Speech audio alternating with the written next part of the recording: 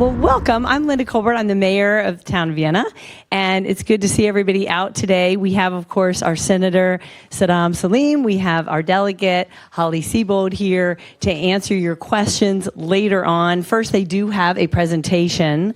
One of the hot topics we know right here is no casino in Tyson's. Not sure if everybody agrees with that, but I know there's a big push that is opposed to it.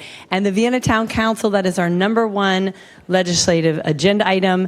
We are unanimous about no casino in Tyson's for all the negative impacts and from all the residents who have talked to us and expressed that to us. Okay. All right, so we've been going down to Richmond. I wrote a letter to the governor, spoke to the lieutenant governor and some other delegates and senators. So we're all working hard on that. But I'm going to pass it over, and I think we're going to start. Are you guys going to start with the casino? Okay, excellent. All right, go ahead. Good morning, everyone. I am Senator Salim, and we'll put that slide up with all the contact info. And this is my second year representing the town of Vienna, the cities of Falls Church and Fairfax, and of course Central Fairfax. We put all our information, no matter what card you get, it stays the same. Even if you call the 804 number outside of session, it goes to one of my staff's cell phone numbers. So I'm glad to be here, glad to be representing the town of Vienna. And I will turn it over to Delegate Seibold.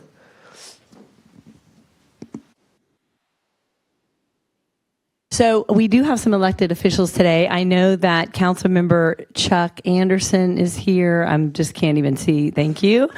Right in front of me. My petition for re-election if you live in the town of Vienna. If you want to see me on the ballot, you can see me and sign it. And yeah. Also, I have the mayor's as well. Thank you. We appreciate it. It's just to get us on the ballot. We hope you vote for us, of course, but you don't have to. Just get us on the ballot. Other council members? And, okay, we have our school board representative, Melanie Marin, is here with us, and she's going to come in. Okay.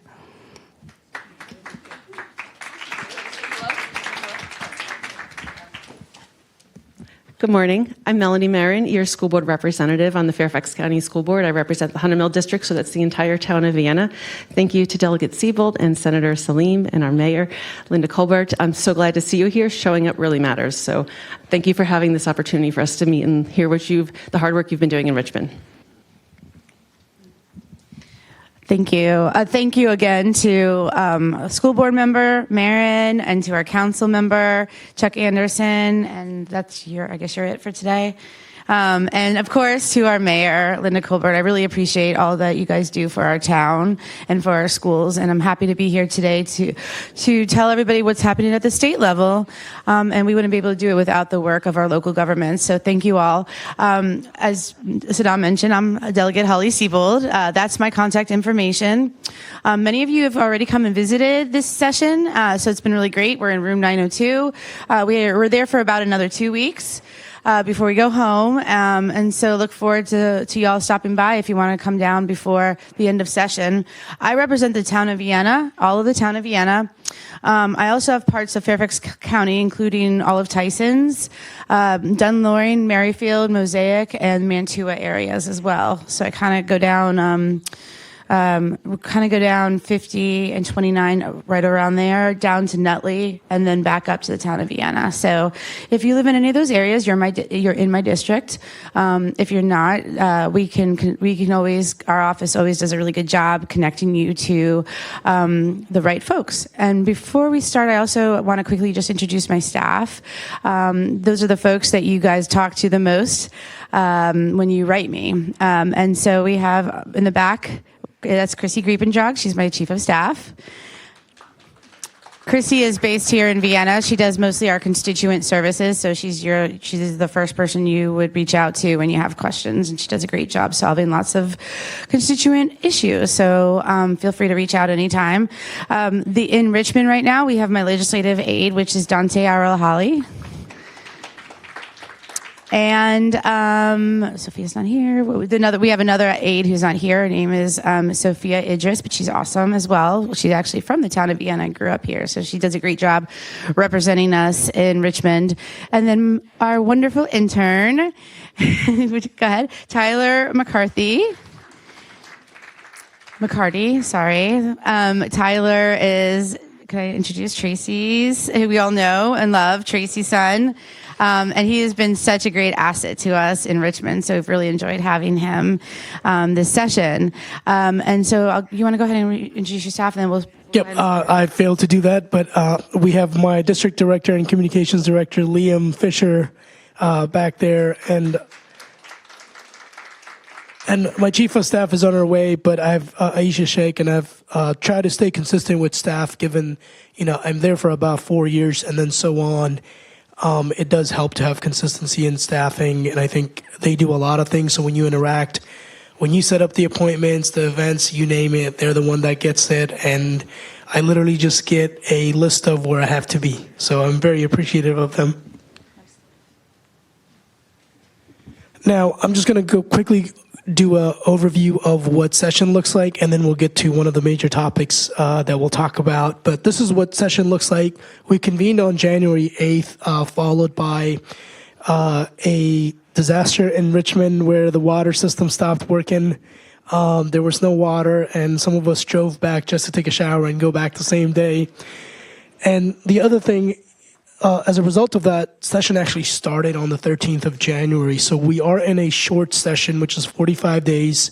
It is a non-budget year. So when we talk about the budget, it is just we're working on the surplus funding and what we need to do with those funding in coordination with the governor's office. Crossover just took place on February 4th. We're going to adjourn on February 22nd, which is a Saturday, which is normal. And of course, we will come back on April 2nd to deal with any of the governor's vetoes or amendments that he has made to some of the bills that he wanted to sign, along with the budget itself. Again, it is not a full budget. Every governor that comes through the Commonwealth of Virginia, they get a 4-year term, and essentially they get one budget. You get the end of the last outgoing governor, and then you get your budget that then carries over to the next governor that's coming in. So that is really the pinnacle why we always have to have a balanced budget, or else everything just stops. Oh, I guess there's another slide. The Democratic majority, we have had 2 elections, one to replace somebody in the Senate, on our end, and we took Delegate Srinivasan, who is now a state senator. As a result of that, it triggered another election in Loudoun, so it's still a slim majority, 21 in the Senate, 51 in the House. And what that really means is that every committee we're both in, it's either a couple of seats where we have a majority to get some of the bills through, and it requires a lot of coordination. If you have somebody that's sick or somebody that's not there for that day, it makes it difficult. There was days where we had a couple of senators that were out sick, and we ended up with tie votes on a lot of legislation that would otherwise have gotten through our respective committees.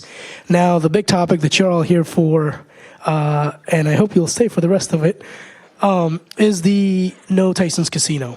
And I think from last year into this year, I've stayed consistent on voting against it. And on the floor, I didn't just, attack anyone personally or give you stats that were out of this world that made it seem like this is a golden goose for our town and for the Commonwealth. I talked about ExxonMobil. I talked about when they left, we replaced it with Inova, their Shar Cancer Center, which has now become one of the top cancer center institution in the whole country. I talked about the fact that Mosaic was developed out of the 2008 economic crisis, and we ended up getting what it is right now, is a development that other towns and cities look at because of how successful it is. And I will continue to say and have said is that we need to leave it to the voters. We need to listen to our constituents. We need to make sure that we allow Fairfax County and the town of Vienna have their input, because at the end of the day, it's their development. It should not be ours. And we're going to continue to fight that fight. It's unfortunate that it did get out of the Senate. And you'll notice it was a 24 yes and I think 18 no's. Or I forget the number on that side. 16, yeah. And you'll notice that, and it wasn't just party line. It was divided amongst Republicans, amongst Democrats. And that's where, it was what it was. But we're going to continue that fight. It is going to go to the House. And I think from the conversations I have had, it's, we'll have to wait and see what they do. But I've been pushing a lot of delegates to say, let's go and vote against this. The community does not want this. The folks that are going to get impacted, they don't want this. Tyson's thrive. It thrives with all the federal contractors, with all the big four accounting firms. We don't need another development. We sort of need affordable housing. We need to go and fund public schools. We need to make sure that your roads are cleared when it snows out of the blue. Those are the things we should be worrying about and funding, making sure that your neighborhood is safe, making sure that you get the right funding. And now I'll turn it over to Delegate Seibold.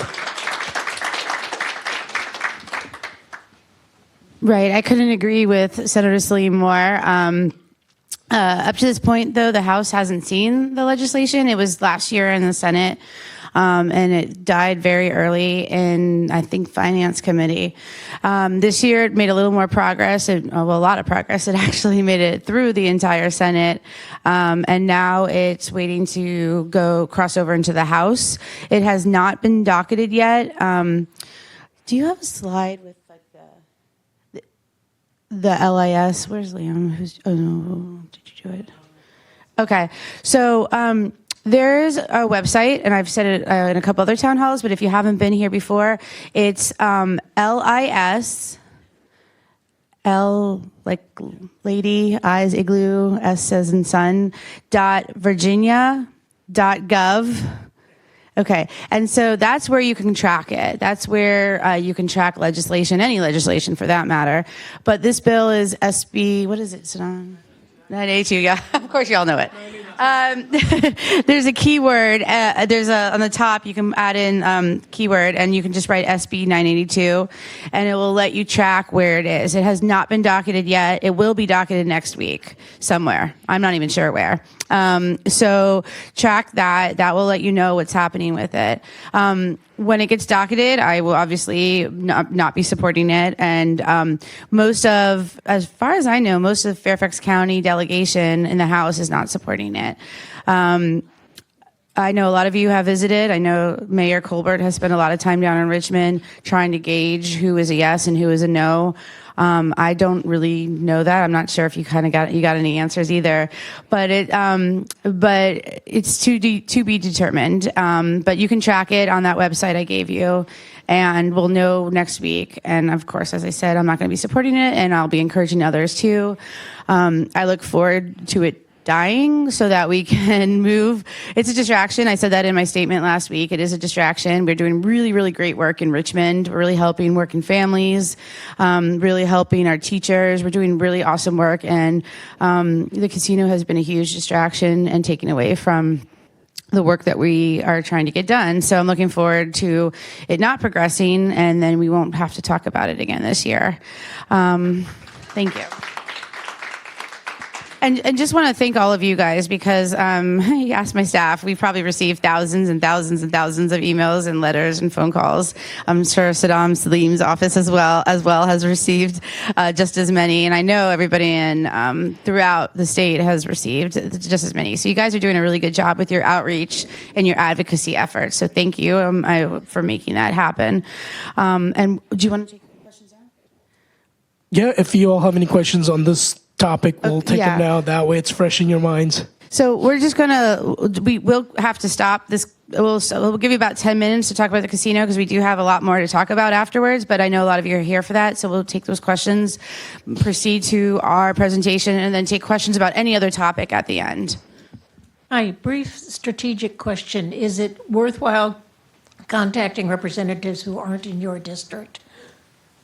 Actually, that's one of the best things you could do. Both Senator Salim and I have both come out and said we do not support it. So the best thing you could do is reach out to people who you're unsure about.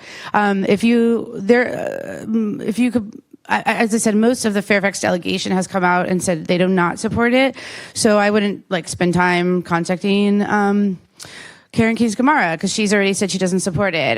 Delegate Sullivan has said he doesn't support it. So you should definitely be reaching out to people who have not given a position on it and let them know. The best thing you could do is if you know people who live in their district, to have them contact their delegates because we respond first and foremost to our constituents. Senator Salim does it, I do too. If you're my constituent, you get my attention first and foremost. So when you write people who do not represent you, you kind of you get in the second tier of responses. And so if you have friends who live in their district, have them reach out and let them know their position and how they do not want this casino in Fairfax County. So definitely reach out, but I would definitely prioritize people who live there. Hi, everyone. Obviously, I'm No Tyson's Casino. I'm Tracy McCarty, and on behalf of the No Fairfax Casino Coalition, so we are a group of people that represent the town of Vienna, unincorporated Fairfax County, Vienna, McLean Citizens Association, Great Falls Citizens Association, the Reston Citizens Association, and the Greater Tyson Citizens Coalition. So we are an organized group that has been working for over a year, and we really appreciate the support that we have received from both of you for the last year, more than the year, on this effort. And we really intend that we can go forward and let you focus on other things while we focus on this. If you are interested in getting more involved and haven't had a chance yet, we do have a private Facebook group that's No Fairfax Casino. You can go there, add that to your group, on your groups list on Facebook. It'll ask you 3 questions, membership questions. They're really easy ones to answer. And then you could even say where you heard about it was the town hall today. But we really do appreciate your support. And we'll be giving next steps as soon as we know where it's docketed. So stay tuned for this week. Thank you. We appreciate everything No Casino has done. I mean, really, sometimes you are informing me. We're working really well together, press releases and everything. So I appreciate everything you're doing.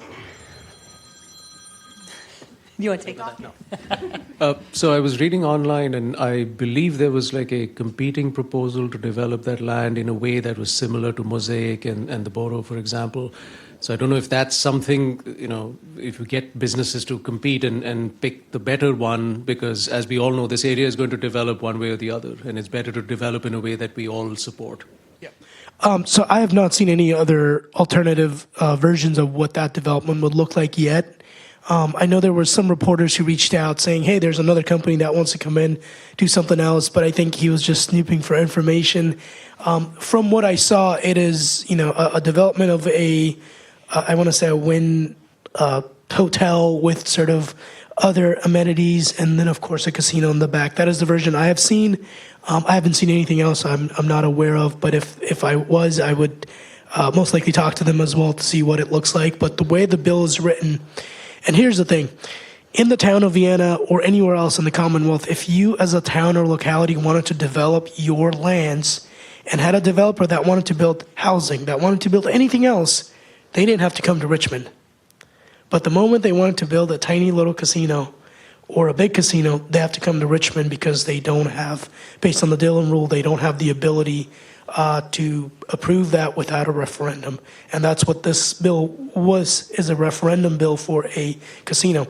So when people come up to me and say, well, can't localities already do this? And I tell them, no, because it's a casino. If it was anything else, sure, they can put 20 affordable houses on there. They can put $1 million homes there if they wanted to, go through the local process. However, that is not what's happening. And that's something I said in my statement as well, is it is always labeled as a casino. I know they said it was an entertainment district as well.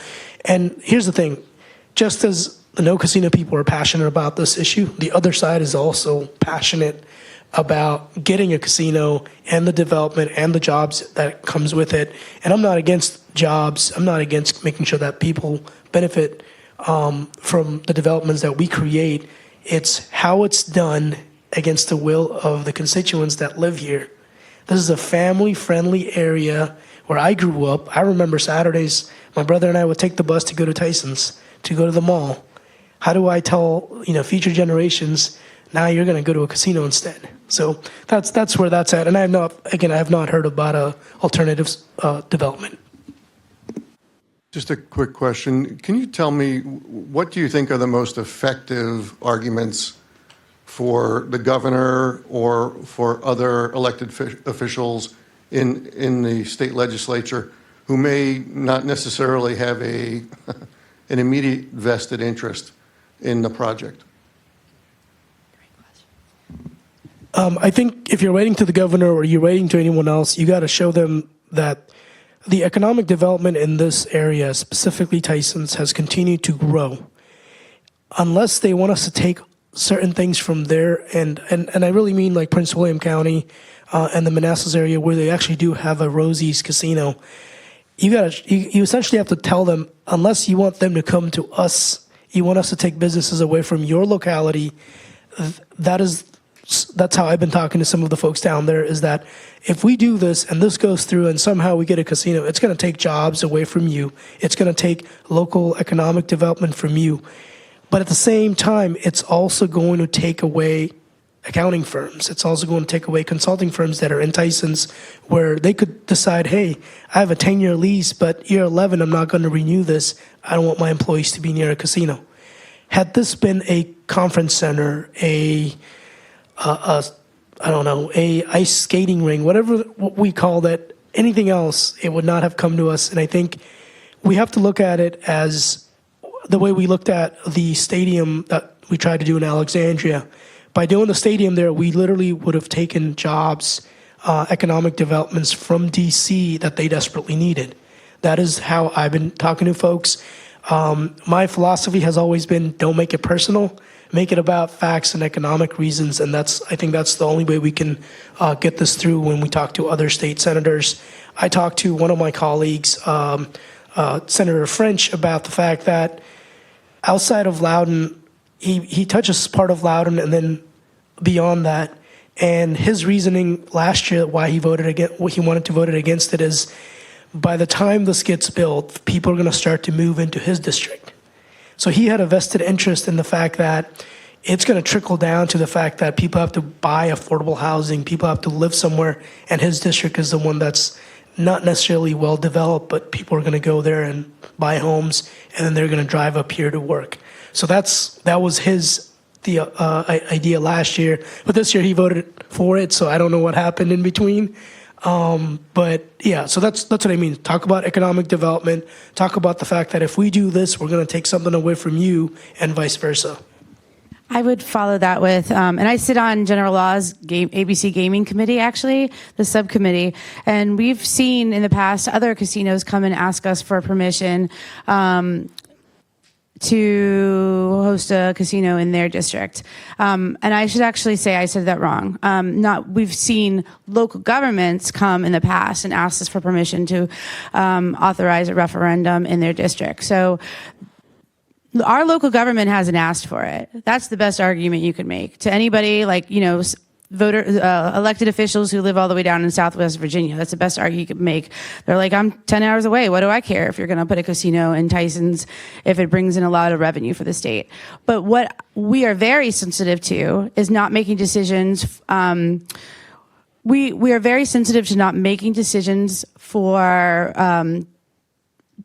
development or new programs in other people's districts. So when they wanted the casino, let's say in Bristol, the local government came to us, just like Mayor Colbert has, and has said, we want this casino. It will drive our economy. It will stimulate our job growth. And they asked for it and they wanted it, and we do what they asked for. We it's not even it's not partisan at all. If local government wants something, for the most part, unless there's a major issue, we grant that. The difference in this situation, and I think a lot of people are really torn over it, is that Jeff McKay has not come and asked for it. In fact, he's actually confused elected officials more than helped the elected officials make decisions, because he has remained, he has not said he supported it, and he has not said he opposed it. He has put out 2 letters that are very confusing to elected officials, to my colleagues, and he said we didn't ask for it, but he also said he didn't oppose it. So I would continue putting pressure. There's 2 supervisors who have come down to Richmond. Let me give them credit. Supervisor Bierman from McLean and our supervisor here in the town of Vienna, Supervisor Alcorn. They both have independently come down to Richmond and told elected officials they do not support it. But they're doing that on their own. It's not a position of the Board of Supervisors. Like the town of Vienna has an official position using official letterhead. They have said that they do not support it, and that's their official position. The county of Fairfax County has not. So you have, we have me and Saddam here. We've got a couple elected, we got a couple senators and delegates up in this area who know what's going on. But again, we are a state that is represented by people throughout the Commonwealth. And they're like, whoa, the local government doesn't seem to have an opinion. So we don't know what to do. And I think that is the best way you can advocate to other elected officials and say that, local government hasn't really voiced an opinion, and try to get your local government too. When I say local government, meaning your supervisors, to make an official stance, and that means reach out to Supervisor Palachuk and Supervisor McKay. I just want to add something to that, and it goes right along with what you 2 are saying. Just like Vienna has a comprehensive plan, Tyson's has a comprehensive plan, and that has been worked on for years. This woman back here, my mother, worked on it, and I would remember she would tell me, they've got that worked out for 50 years, this comprehensive plan. That's really important, and so it is not in their comprehensive plan, and that goes along with exactly what you're saying. So we have a question here, and then I know someone over there. Yeah, hi. I just had a quick question. So to kill this from a vote perspective, and or to let it succeed, what has to happen? How many votes are needed? What role does the governor play? Can you talk, and the timing? Okay, I can do that since it's in the House right now. So it needs to be docketed. As you saw from the timeline we posted above, we're only there until February 22nd. So any legislation, whether it's the casino legislation or whatnot, if it's not, could you put that date really? Sorry, thank you. If it's not done, if it's not heard, if it's not voted on by February 22nd, it's dead automatically. Everything dies. It's not been heard. I do know that this is going to be docketed sometime next week somewhere, whether it's general laws or it could be in my committee, which is the ABC gambling subcommittee. So let's say it goes into the subcommittee. Again, this is for any legislation. It goes into the subcommittee, then the people, there's 8 of us, I think. It needs a majority to pass. So that would, there's 8. So it would need at least 5 votes. If it's 4-4, it dies, and then it's over. We're done for the year. If it gets 5 votes, then it proceeds to full committee. And all this, again, has to happen before that deadline. And then the full committee is about 20 people, so then it has to have at least 11 votes. And then it has to have 9 no's. So let's say it gets its 11 votes. Then it moves on to the floor where all 100 can vote. If it dies, if it doesn't get the 11 votes, it will die in full committee and we're done for the year. So it gets to the floor, you get 100 people to vote on it, and then it needs at least 51 to proceed. If it doesn't, dead for the year. If it does, it goes to the governor. And so that's the other thing. I know you asked a question about how do we advocate. You should be reaching out also to the governor, because that's being proactive, ensuring that the governor knows that you don't support it. Because if it does pass the House, then that's the next step. The governor has the ability to veto it. At this time, he says he does not support it unless something is different. So if he vetoes it, it dies as well. Now, make complicated a little bit. If the governor does veto it, it can be overturned. His veto can be overturned if it has 2/3 of the vote of the House, which is really hard to do. And so that's at least 66 votes. So anyways, all that has to happen in order for this bill to even get out by February 22nd. The governor does have until, sorry, can you go back to that date one more time? Sorry. So the governor has until April 2nd to do something with it. And that's why we reconvene. We either accept his amendments, again, if he vetoes, it's dead. But he could also put amendments on it April 2nd. Let's say he does sign it, even though he has expressed that he's not. Then it will come to Fairfax County, your supervisors. They would have to approve it. So also you should be contacting your supervisors. They have to say, yes, we could do a referendum. If they say, yes, you have a referendum, and there's how many supervisors? 12 of them? So they need the majority over there as well, 7 of them. Let's say they say yes, or that you have a referendum, then it gets put onto your ballot, and you all can then vote on it. If the supervisors say no, it dies there. So there's a lot that's involved. It's not going to necessarily the House votes on it, you're going to get a casino tomorrow. Many, many steps.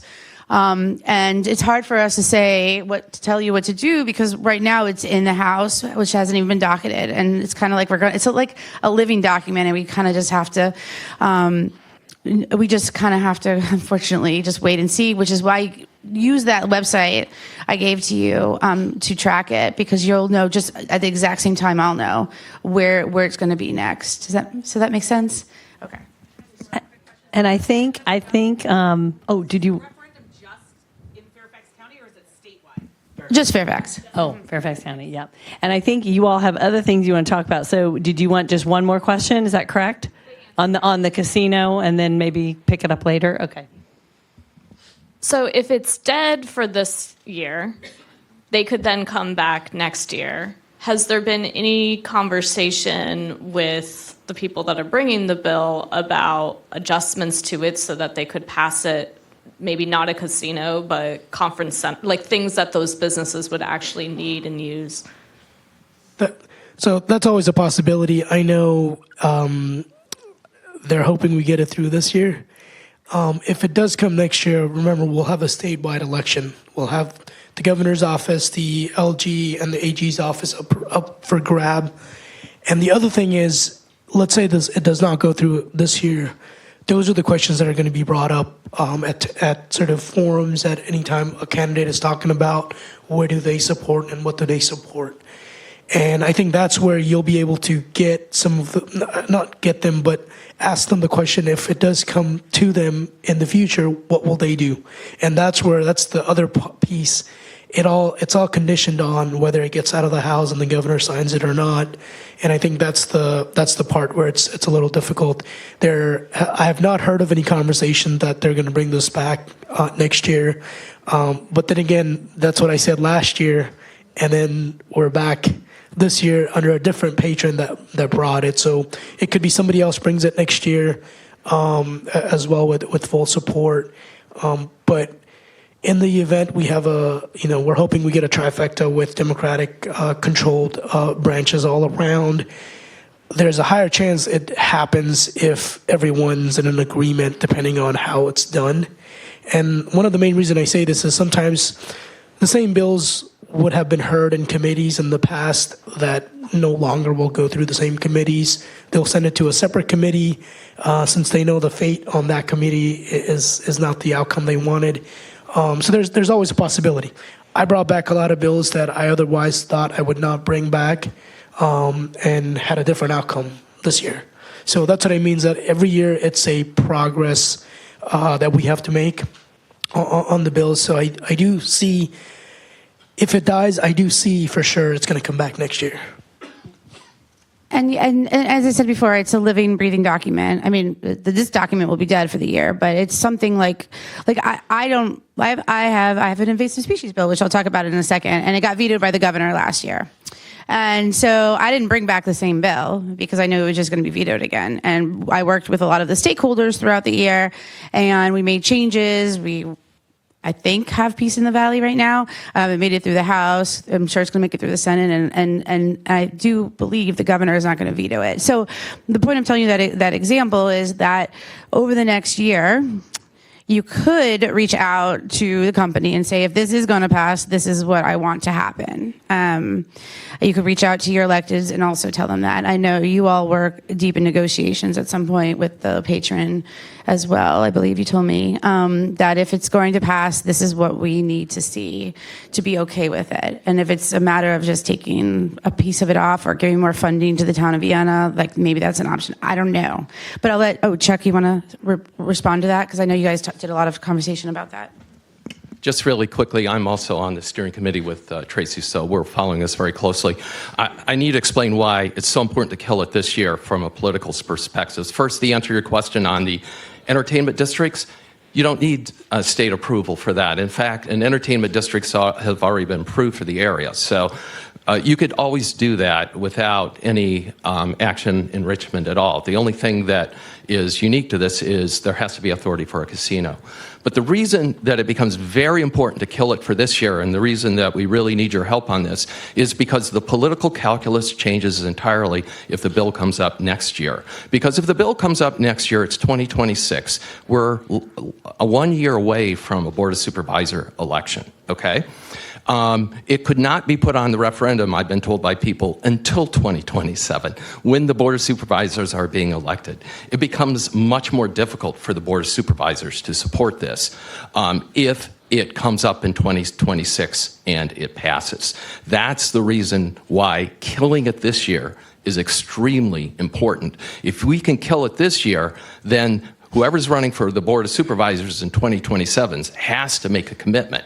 And if they make a commitment of no casino, then we've got 4 years of relief. This is not going to go away. There's been tens of millions of dollars spent already by our opponents to support this. They're not going to give up. But we can buy at least 5 years, I predict, if we can kill it this year. So that's why your participation in your letters and stuff this year is so important.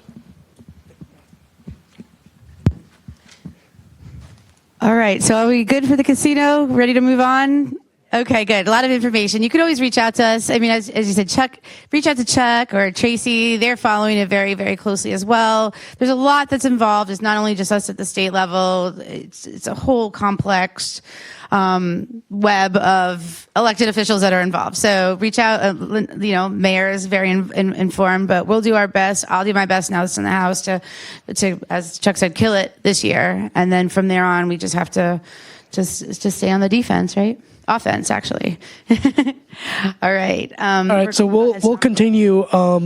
We have several slides, and then at the end we'll take more questions with everything else that's going on. So some of the key issues that we dealt with in 2025 was, of course, affordable housing, and this is specifically related to some of the bills that I carried along with. There's a specific component of a fund that's running out, which is the Affordable Housing Development Funds that Senator Locke and Delegate Bulova is carrying to fund apartment complexes, to fund sort of major projects where the state loans out the funds at a significantly reduced rate so that those units could be available. And this is a program that's been in the books for a while. They're just refunding that to make sure that our area is well funded. Education and school funding, I think you all saw the JLARC study, and the Senate side and the House side has agreed to put in additional funding from the surplus, along with, I know in our budget we put in $1,000 for teachers and instructional aides without, here's the key word, without a matching component. Because I learned one thing when I got to Richmond is the word matching funds, and I can talk about that in a little bit. Why that's always a problem. So we've been focusing on that. And then, of course, environmental legislation. I think you'll notice those three, solar power, data center, and then clean car and EVs, are all tied together. And one of the biggest reason was not only the JLARC studies on the data center, but also the issues with the more infrastructure we update, the more power we're going to need, yet we don't have enough electric vehicles on the road to sort of use all that infrastructure. So that's been a discussion. You saw a lot of solar data center bills that came through from delegates and senators, where we wanted to make sure we understand the usage of water. We want to understand the kilowatts that they're taking, so that you're not taking it from a school or another major infrastructure that needs it, and what we're using. The governor, I'm not sure where he stands, but we'll get a lot of the progressive solar bills and the data center bills to his desk as well. For the EV, I always put in a budget amendment to make sure we fund the electric vehicle credit that we put in the books before I got there, but we have never funded it. So it's about $40 million. This year I put in a smaller amount at $20 million, and was hoping I could get that through, but we have not seen it. The budget surplus itself, the governor had his own plan. He wanted to put more money into lab schools. He wanted to repeal the car tax. However, I think you all saw that the budget came out last Sunday, where we included funding for schools. We included a bonus for state employees, teachers across, and of course, if you're a joint filer, you get. We're hoping that we can put in $400, and then for single filers, $200 as a returning money back to the people, basically. And every year we have a budget surplus, is what I noticed even before I got there. So we're working on figuring out what that means and what we're going to do. So there is a subsequent, not a study, but a working group that's working on that. And I'll get into some of the details later. And of course, the other big issue that we dealt with this session, I think it got overpowered by all the other issues, is the constitutional amendment. And we'll walk you through the next slide on what that means. We have 3 constitutional amendment, and it feels like this was so long ago, yet like 3 weeks ago.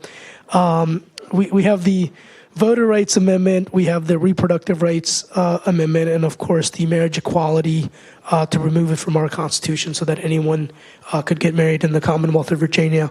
All of those constitutional amendment, this is how it works, and I'll talk a little bit on it, and then I'll turn it to Delegate Seibold. We are essentially here. I think there was a dot here. Oh, no. We are essentially here where both the House and the Senate passed it. It does not need the governor's approval in any way. What's going to end up happening is that in the November 2025 election, it has to go through one election, and then it has to come back to the General Assembly in 2026, and we have to pass the same constitutional amendment one more time. If we pass that, then in the November 2026 election, it'll be on the ballot as constitutional questions, 3 of them, and then it is left to the voters of the Commonwealth to decide whether they want to put that in their constitution. The key part here is 2025 going into 2026. Given the number of elections we have, again, I talked about how we have a slim majority. I'm hoping in the Senate we keep it at 21 to 19 because we're not up for re-election until 2027. 2025 is when Delegate Seibold, everyone else that has worked extremely hard over the last couple of years, not only on the language of the constitutional amendment, but what it would look like, what it would do.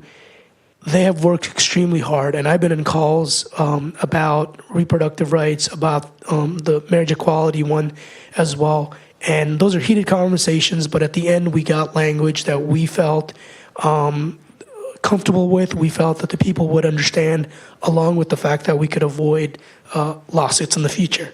So that's what I mean. So 2025 becomes crucial.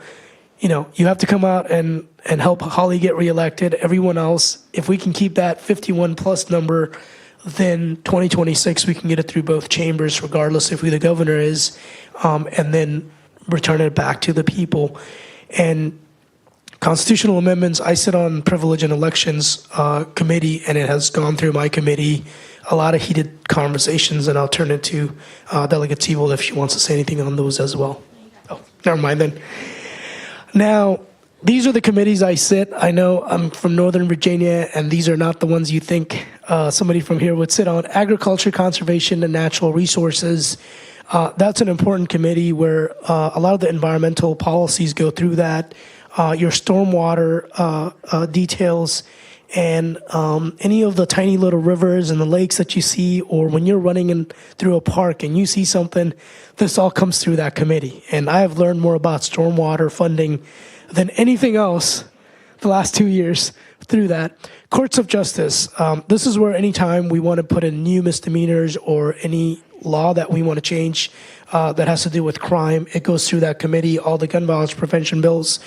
And one important key that I did not find out until I got elected is that the elections, we don't elect our judges. We appoint them through a detailed process, through an evaluations process, and then every time a judge has to be reconfirmed, it goes through that committee. And that is the key part, is that in Fairfax County, we're one of the largest counties where we have more judges, and they're retiring.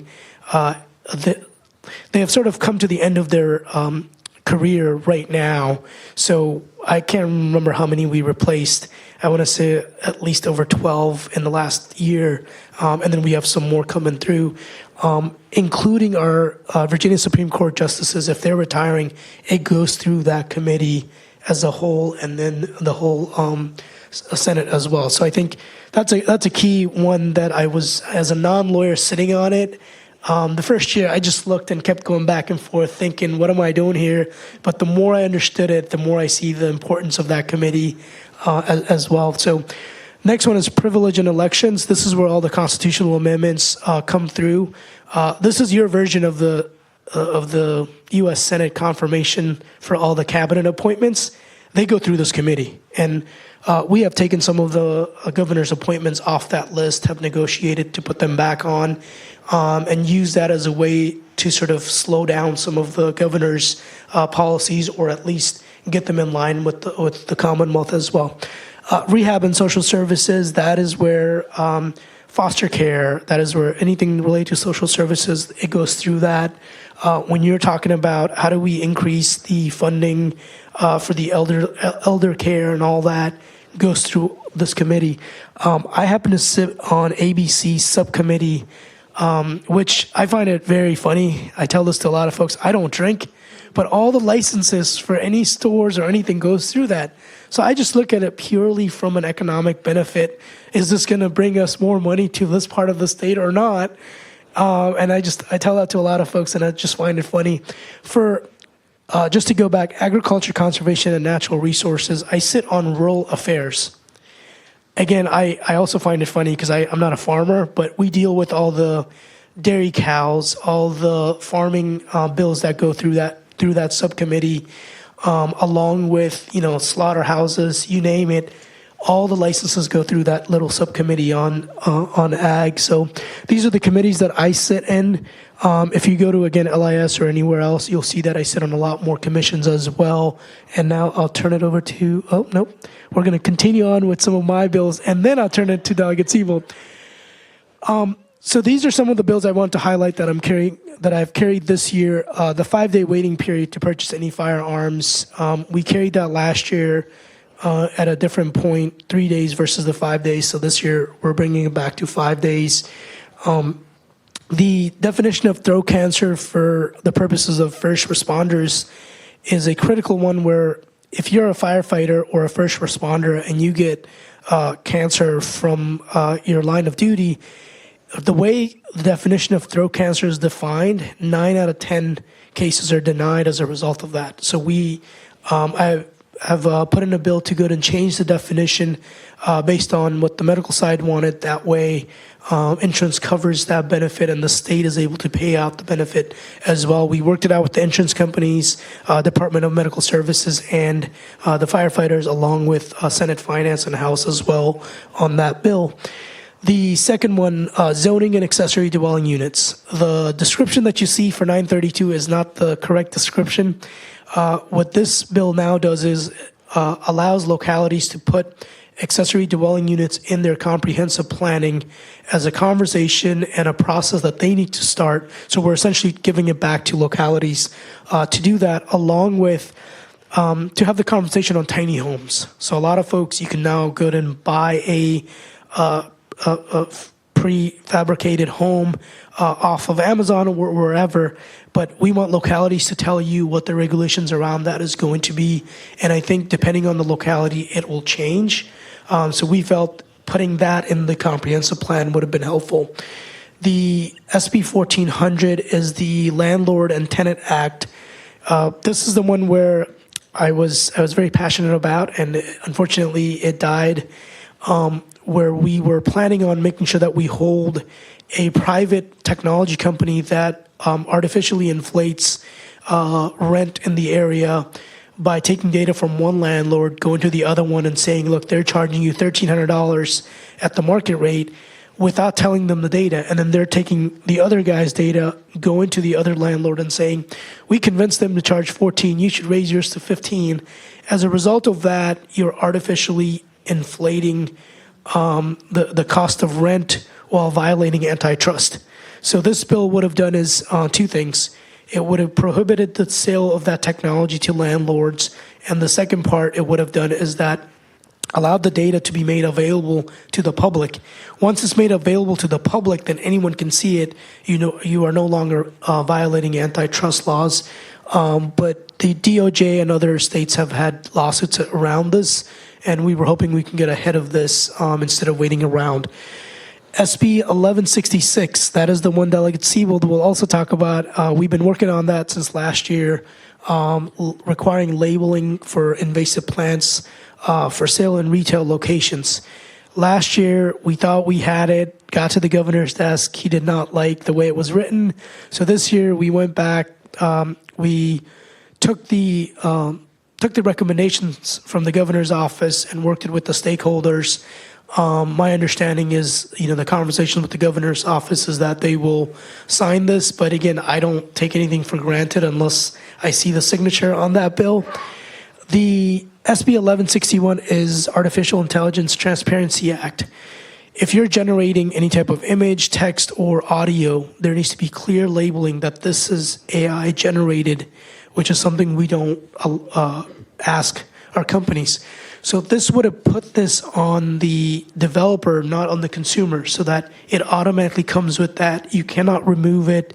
It would have had a digital imprint on it as well, and there's a fine for it. But the companies do have 30 days to resolve any issues. So what that does is it allows our AG offices to have a direct communication with some of these tech firms to say, your technology is harming our communities. You got 30 days to fix it, or else there's a $5,000 fine for every day you don't fix it. So it is meant to protect consumers from that point of view.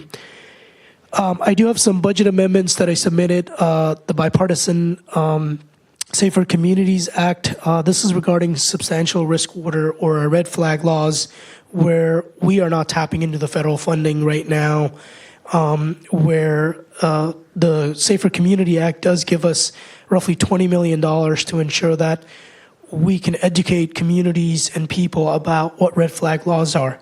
Essentially, if you know somebody with a gun, or you have a gun and you're not in a great place, you can fill out a form, turn this into the sheriff's office, get it back 30 days or 45 days later, because you're going through some tough times right now, or you're just away from your guns.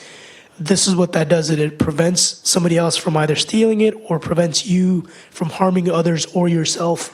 So I put that budget amendment in. The funding for electric vehicle rebate, like I talked about earlier, I continue to put that in because I think if they're going to cost us a lot and we want to update our infrastructure, we need to make sure that people have the fundings and the support from the state to go ahead and purchase those. The 999 budget number 100S it is not $9 million that I asked for. It is essentially something I worked with local government, the City of Falls Church. And the reason I mention this is because a lot of our localities will come out and say, look, we had a problem with the budget line in the past. This one had two words, matching funds. What that meant is that for the City of Falls Church to get the $9 million, they would have had to come up with their own $9 million in order to tap into that.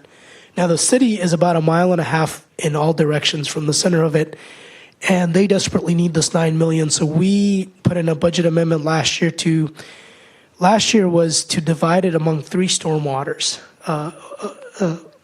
wells. This year was to remove the no match funding through legislation, and that was the only way we could do this. And the funds were actually provided back in 2019. So you'll notice that those key components are sort of a hurdle for localities. And I know I talked to the mayor about other things where I now have the opportunity to fix these, but it takes a lot of time, and ended up where we did not need it, the budget amendment, DEQ, and other agencies. We worked at the governor's office to administratively move that word without having to go through the funding. So that's what I mean is that it takes years to fix some of those no matching language, that it becomes difficult. It requires, me to put aside my political difference, the governor's office to put aside his differences and really work on some of the things for the people that really need it. And now I'll turn it over to Delegate Seibold to talk about the committees that she sits in and some of her priorities. Thanks, Saddam.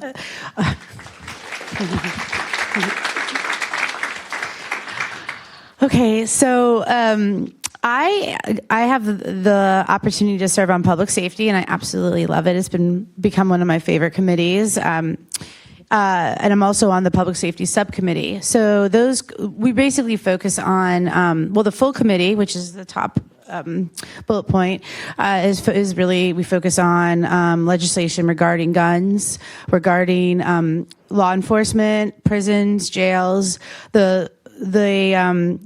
The underneath is the subcommittee, and that's the public safety subcommittee, and that basically focuses specifically on law enforcement, prisons, and jails.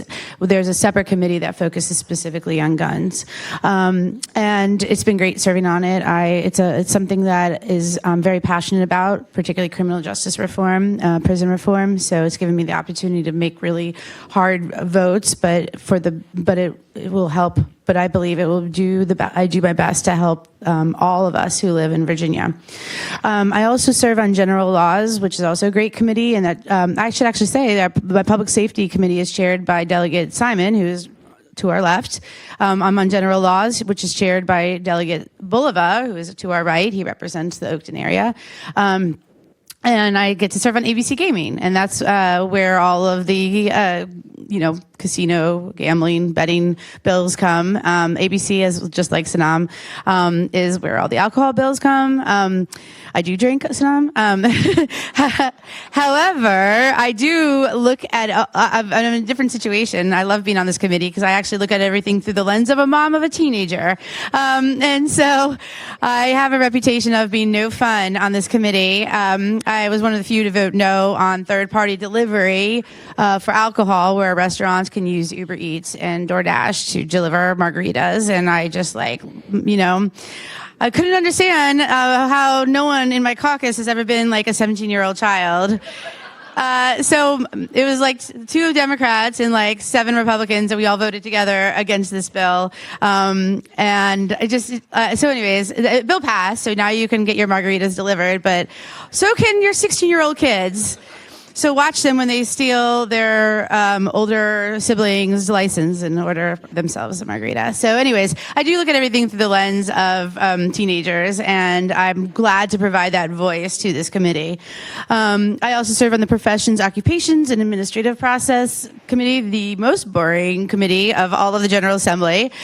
But it also is probably the most nonpartisan committee because we vote on bills about architects and CPAs and geologists. So it's like, if they want to make changes within their profession, they do have to come to the General Assembly. This is an important committee, but that's where all those types of changes are made. Communications, Technology, and Innovation, which is a really interesting committee. I'm lucky enough to serve as the chair of the Technology and Innovation subcommittee. Lots of bills nowadays about AI, social media. Really interesting committee. And then finally, I also serve on the Communications Committee, which we do very similar work, but all really great work. Okay, so these are just the bills that are still alive. I'm taking it. Okay. I do want to give myself a shout out because I did carry the town of Vienna's newspaper bill, which I don't see up here. But I would love to have more support for that next year. So I didn't know this, but the town of Vienna and all of the local governments have have to advertise any legal disclosures in our newspapers still, which is very odd considering very few people read the newspapers. And this costs a lot of money for the town of Vienna. So that's not listed here, but I did try to get that bill passed where it would allow us to advertise on our website and social media instead. But unfortunately, the press still likes their income from our local governments, and also clearly, lobbied hard to make sure that those advertisements are still in the newspapers. So unfortunately, that didn't pass, but we will continue to try to make that change, hopefully next year. The top bill is something that was personal to me because this happened to my daughter, and actually it's still alive, and I'm really excited to make these changes. Basically, if you have kids who have IEPs and they enroll in dual enrollment courses, which are simply courses that are partnered with the local community college, which is a great program if you all are not aware of it. I wasn't really aware of it until we were at Madison. But your kids can take college-level courses, and they don't need to get a 4 or 5 like they do in the APA exams for free. And they can kind of knock out some of those English math courses. The thing is, if you have a child with an IEP, their IEP does not apply to those dual enrollment courses automatically because colleges don't take IEPs. They require you to apply for ADA accommodations. And so this bill now will require the school to notify in those IEP team meetings any student, any parent, that if they do take a dual enrollment course, they need to make sure that they have to apply for ADA accommodations. Unlike my child who enrolled in a dual enrollment course did not know that her ADA accommodations were not being met and had to withdraw from the course 8 weeks after it started. So hopefully this will help a lot of our kids who are struggling to take those dual enrollment courses and get those accommodations that they need. As I mentioned earlier with public safety, I'm very passionate about making sure our prisons are humane.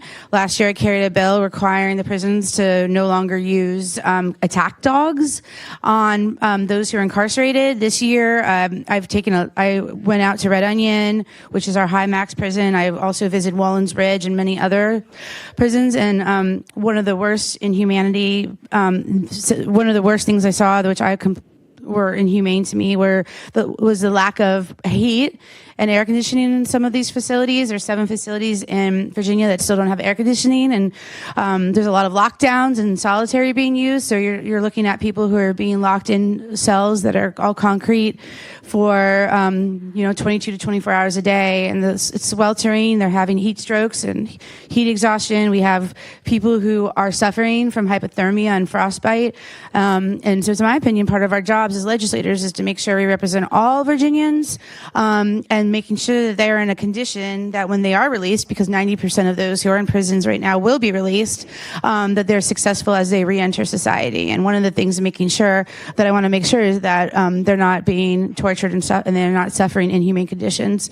We're not the medieval times. We don't chop off people's hands when they steal something, right? So we want to make sure that we're doing the right thing as legislators in Virginia to make sure that people are treated properly. And that currently right now is in the Senate. The bad news, good news is it was amended. Originally I was just asking for fans and heat and blankets to keep people warm and keep them cool in the summer. But unbeknownst to me, the Appropriations Committee allocated $72 million to put air conditioning in those 7 remaining facilities. So, I'm really excited about that. Unfortunately, though, it's not in the Senate budget, so the conferees are going to have to work that out. But I think this is a really great step to making sure that those Virginians who are incarcerated are treated well. So we'll see what happens. Again, remember to use that website. That's where you can track all these bills. So then the next one is, Saddam kind of explained that already, 1941, where we're trying to make a difference when it comes to invasive species. 1947, I sit on the Commission for Youth. And this was a priority of the commission basically the bill would require schools to this bill is going to, I have so many bills in my mind. This is going to require them to collect data on what services are currently provided in schools, send that to the Commission on Youth, and from there we're going to be able to make some changes to make sure that our kids' mental health services are being accommodated. So I'm looking forward to that one passing. It has not gotten any opposition, so it's looking good. So this one is 2024 is the solar technology fairness. There's several localities in Virginia that still don't allow certain types of solar to be placed in their local governments, in their localities. The local governments are banning it. So this would allow everybody to compete for solar in the local government. We want to encourage people to use solar, so we shouldn't have any obstacles to that. And then this licensure for speech languages came from a constituent. And I should also mention that the invasive plants also from constituents. So you guys are really doing a good job advocating to us because these bills are a result of what we've heard from the community. But 2040 is from a constituent who works in speech language pathology in our schools and basically they need help. Their caseload is incredibly high, and so this would allow assistance to for their work to be expanded, and then they can help with the caseloads of speech language pathologists. 2041, you might have heard about this. This is getting a lot of attention. It's still in the process. It made it out of the House, and now it's in the Senate. This makes significant changes to the current program in Virginia. There's very few guardrails in place right now throughout Virginia on our safety camera system. I know a lot of people don't like the current situation. It's only allowed in school zones and highway zones, and some of that is being abused where work zones are being set up. Not in this area, of course, Mayor Colbert. You guys are doing a great job. I don't think you have any. But Fairfax County is doing a great job with it. But some localities are not. And so basically it would require signage coming up to the cameras. It requires the vendors to disincentivize vendors from playing any games. They have to be calibrated. They have to make sure that they are in zones that need them the most. But at the same, so we're going to be pushing back a little bit, putting guardrails on these cameras. At the same time, this will allow local governments to, it expands the authority of local governments. So now they can be placed in more locations other than school zones and highway zones. They'll be able to put them in unsafe corridors. So if there's an area that's designated by VDOT as a high risk, which means that people have gotten hurt in those zones, the local government will be able to place speed cameras in there as an incentive to slow people down. And that's our goal, is to save lives. There's been way too many people who have died from crossing the street, from walking on a sidewalk. And so we really need to fix that problem. But we can't fix it unless we have these guardrails in place. So we're really trying to revisit the conversation and make major changes. So I'll keep you posted on that one. Again, CPAs came from a constituent as well. They were required currently to, if you're a CPA, you're required to do 5 years of education. This will allow that 5th year to be workforce experience. I don't know if I got this funding yet. So these are the fund. As many of you know, I'm an advocate for menstrual equity. That's my background. And so one of the things I did before being elected was trying to make sure that our schools adequately placed menstrual supplies in bathrooms so that the kids would be able to go to school. A lot of local governments told me that this is something that's expensive. This grant program allowed them to apply to the state to get funding for that program. I'm not sure if it was in the budget or not. I need to check. But this one is really neat. I carried an epilepsy bill for the last 2 years instead of carrying the epilepsy bill, and that was because we had a child here in Vienna who passed away from seizure, and so this was in honor of her. But that bill didn't survive the last 2 years, so I'm trying something new here, trying to get funding through the state to provide this really cool stimulator device that's placed behind the ear that wakes up folks who are having a seizure. And so I applied for money to help with that. And then we already talked about the prison situation. So now that we have gone over, these are the things that we can help you with in terms of what our offices does. And I will say the VDOT and the unemployment issues have been the top two things that we deal with in our offices. And I've gone to people's homes, surveyed what the VDOT issues were. That way I can personally explain it to our Secretary of Transportation and his people why the changes need to happen. So it's DMV, Easy Pass tolls, VDOT, unemployment, and Medicaid. Those are some of the state agencies that we, Delegate Seibold and I, work with on your behalf. So it doesn't have to be just all the bills that we talk about. Outside of session, from March till the end of the year, we do work on majority of those things. Resolutions are another thing where if you want to commend somebody in the district or give them that high praise that they deserve, we try to do something on our end, and a lot of times we'll do joint ones as well. And then, of course, we're able to help you with events, questions about state government or legislation. A lot of times people will say, this went through, now what happens? Where does it go? What department is implementing this? And those are the things that we can track down on our end if you're not able to do it. And I think that's the important part, is that we work closely with the town council. On the county side, I work closely with the supervisors in finding out where their fundings are, what they have to fill out, what they need in order to access those. I'm fortunate to have towns, cities, and counties where they do have staff for this. Outside of our area, a lot of localities don't have the staff capability to do this. And we have gotten a lot of calls where they're not even our constituents, but they're like, hey, you carried this bill. Our localities have never got funding for this. How do I access this? And we essentially walk them through this. And so outside of this, you can also come to us with anything. I've had folks come and said, hey, can you call the mayor or somebody else? I'm trying to open up a store and I need some help. And, we connected and we sent it to the economic development folks, and they got that started. As a result, we got a new business in the town. And I think those are the things that we don't, that's not front page worthy, but they're successful stories of what we do behind the scenes. And even with it being a part-time job, it's a full-time gig. So with that, we're essentially at the end where we will take audience questions for a bit. And, before we do that, I do want to touch on something that I think we may have forgotten to talk about, is a lot of the stuff that's happening at the federal level right now. It's very critical, from defunding public Department of Education to all the other agencies.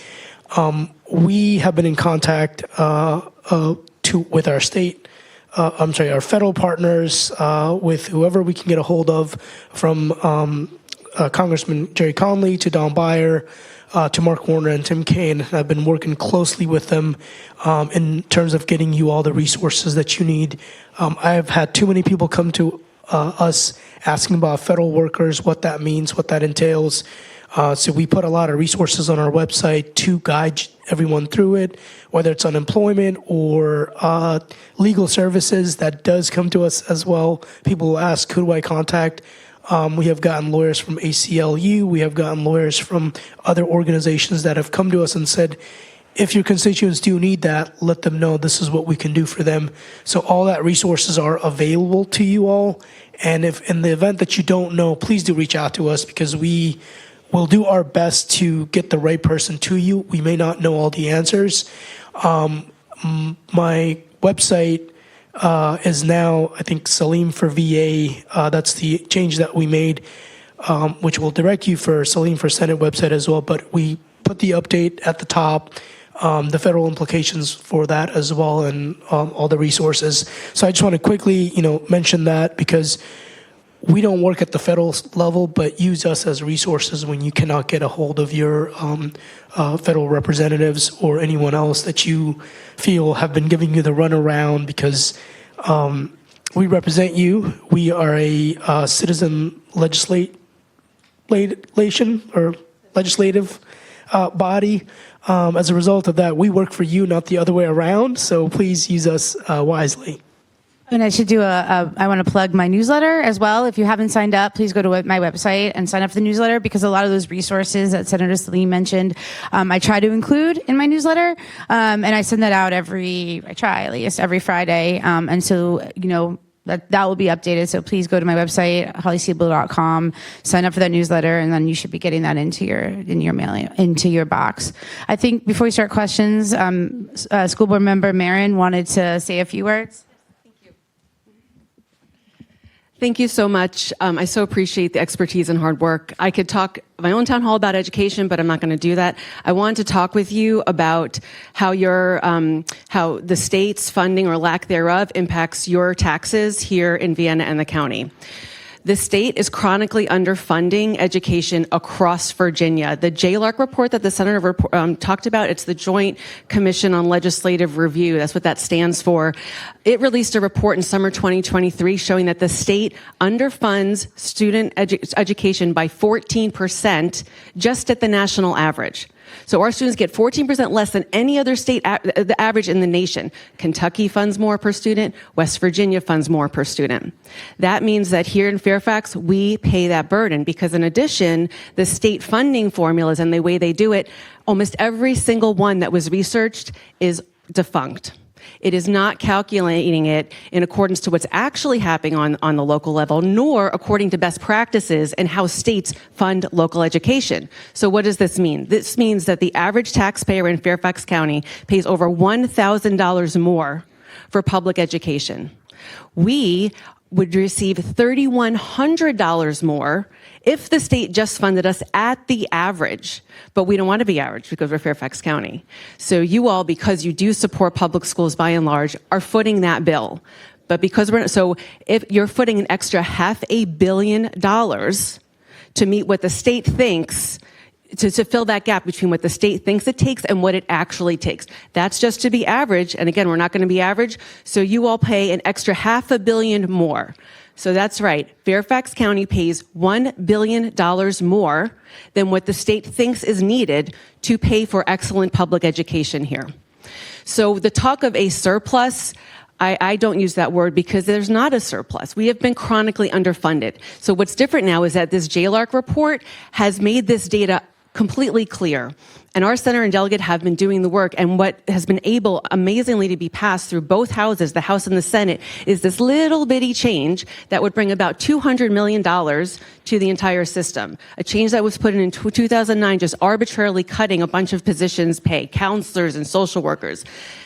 Now we see if the governor will let that through or not. That is one recommendation out of 16 in the JLAC report. The governor did not propose to put any funding to fix any recommendation of the JLAC report in this budget. In fact, he proposed to remove $50 million to give that to private school vouchers.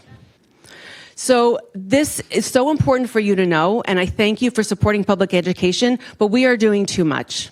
So I hope that you will continue to voice your opinion. Do vote. We have an election this year, so I'm happy to. You can find me online, but thank you so much for paying attention to this. And you're staying afterwards, right? If anybody has any questions. Okay, you can catch your school board member afterwards if you have any questions. I'm sure she's happy to answer them, or not, or they can call you. Ready for questions? Okay, here we go.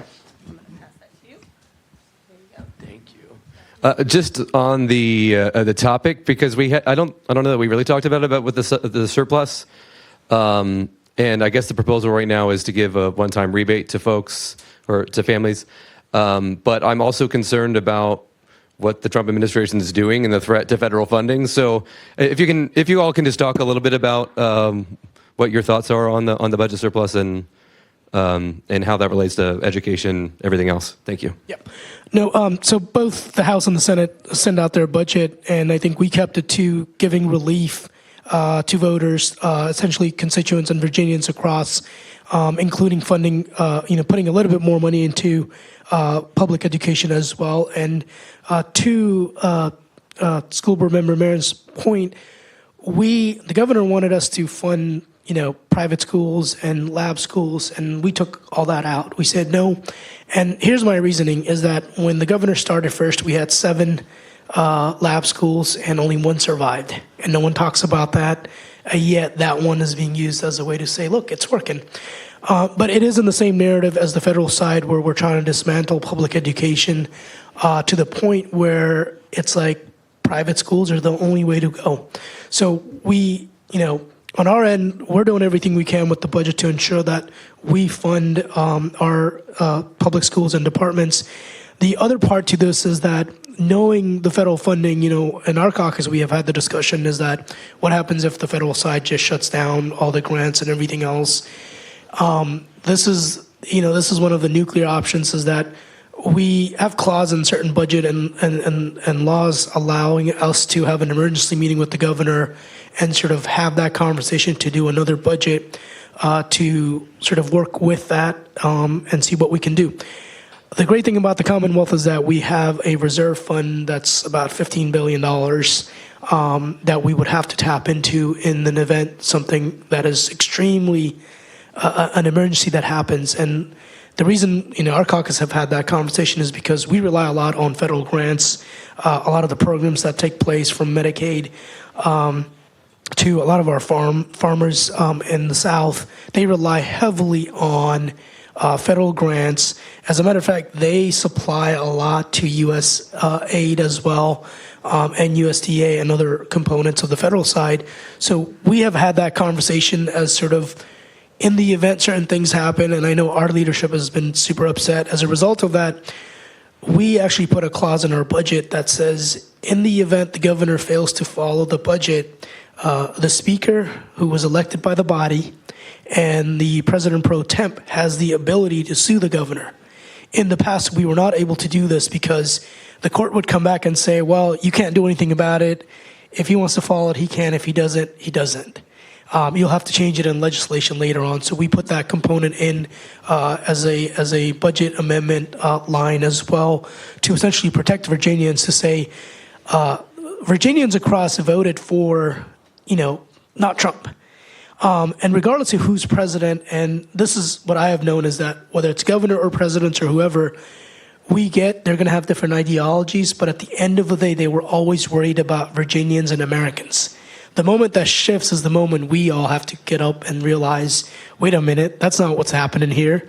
And I think that's where we're at. And as a result of that, those things have been put in to protect Virginians across the Commonwealth. And we're working closely with the speaker who actually has put a special committee to look at what it means for our federal workers, what it means when we're going to lose thousands and thousands of jobs. So he's put a committee. I think Delegate Bulova is chairing that one along with some of the other folks. And you can talk a little bit about that. Yeah, this is really great. Our speaker recently put together a bipartisan committee. I believe it's I want to say about 10 Democrats, 8 Republicans throughout the state, mostly in areas of Virginia Beach, Northern Virginia, who are going to be most affected by the federal government. And they're currently working on this. It's going to be chaired by Delegate Bulova, who, if you're from Oakton, he's your representative, so make sure you reach out to him. Delegate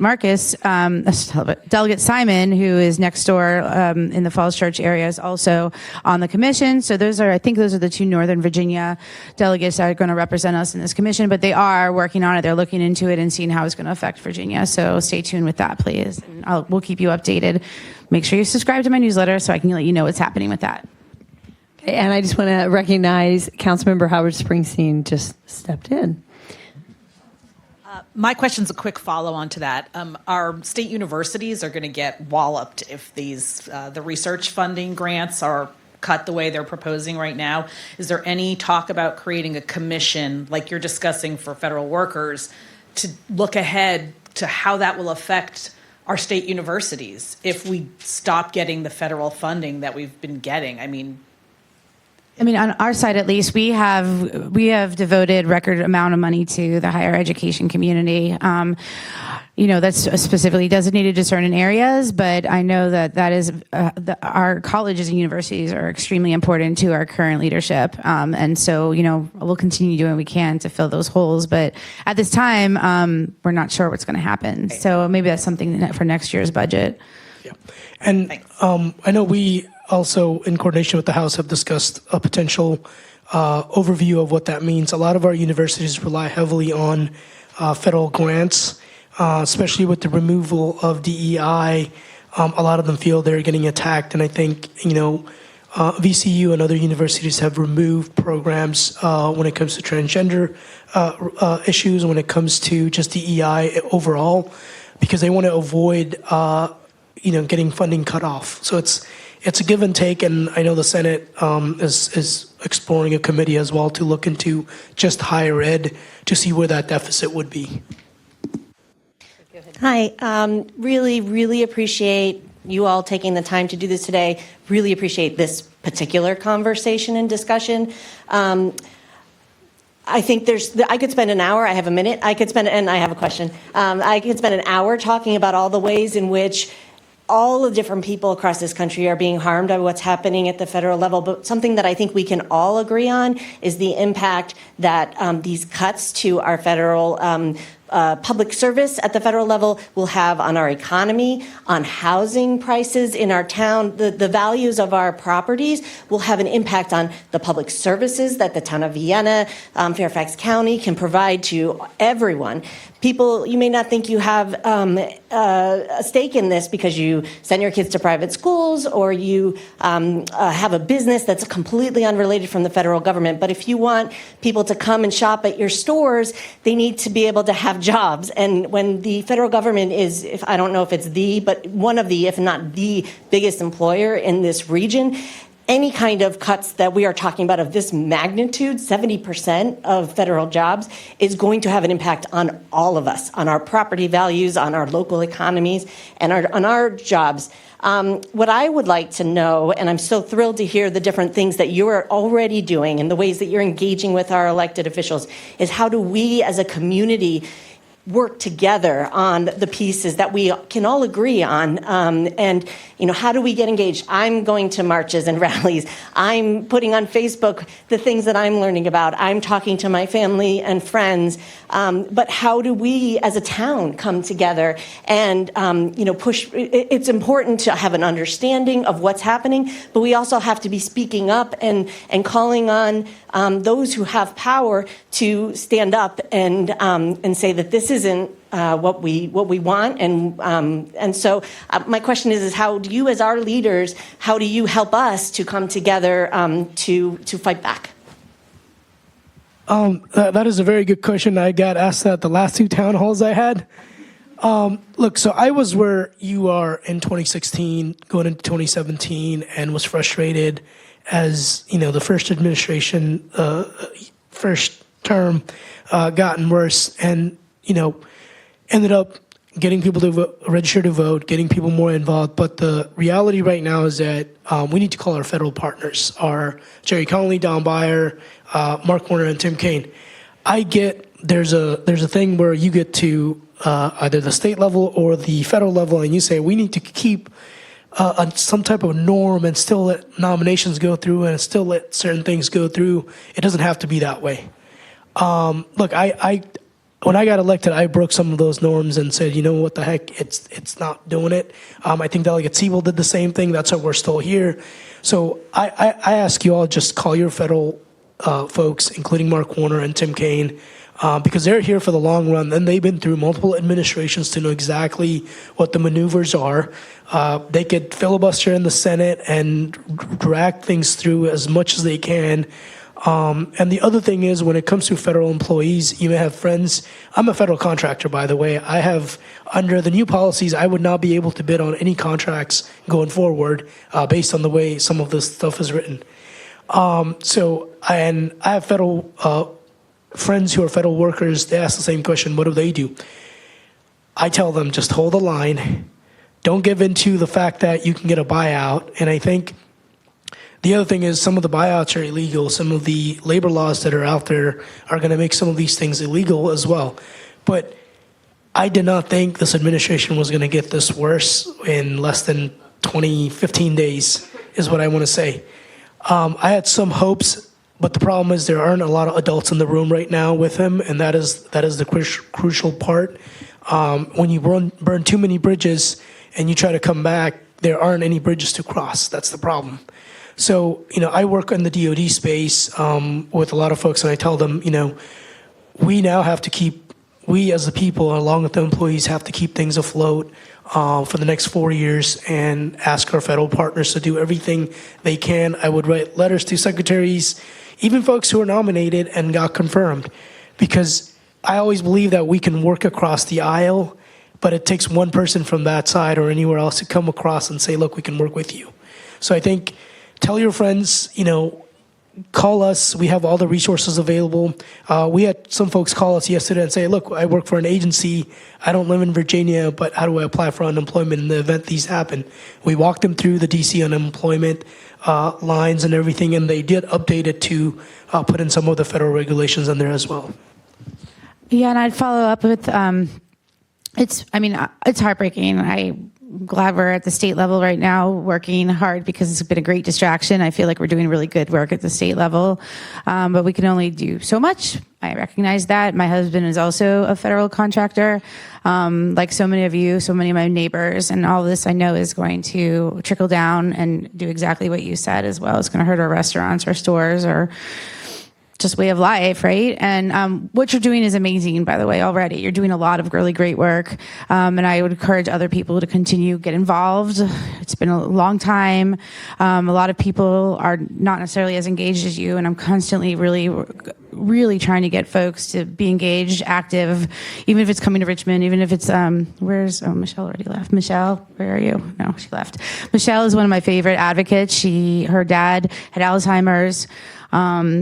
He ended up passing away, but since then she's taken that sadness and that energy and become one of the biggest advocates in our community. She's constantly in DC trying to get funding for Alzheimer's. She's down in Richmond trying to get funding. She actually successfully is getting funding this year for Alzheimer's because of the work she's doing. She's not giving up. She's been doing this for like 8 years. So she channeled that sadness of her dad's death into something positive.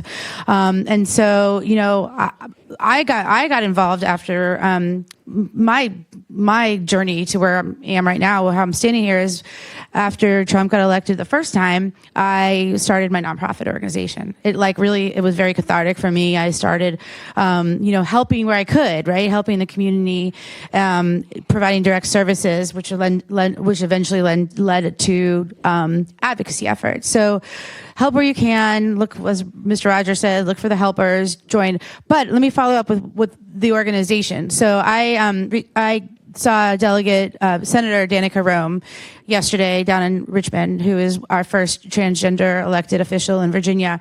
Gave her a big hug because I feel really sad for her right now. I feel like there's a lot of bullying, particularly towards the transgender community, and there's just so few of them that exist. Although we have many, believe it or not, we have many transgender students right here in the town of Vienna in our community. And they have to be petrified. And so anyways, I think about those kids a lot, and I think about those families. And so I said to her after I gave her a hug and was like, I hope you're okay. What can I do for the members of our community who are scared to death right now for their children? And she suggested that we reach out to not necessarily our public officials, but like groups like the ACLU and other, I'm trying to think of all the LGBT resources out there, but there's a lot of groups who have lawsuits, because that's actually going to be the key to a lot of what we see. And I think you touched upon it, Saddam, is the lawsuits, the courts. The courts have to prevent a lot of what we're seeing because so much of what's happening is illegal. We have a court system for a reason.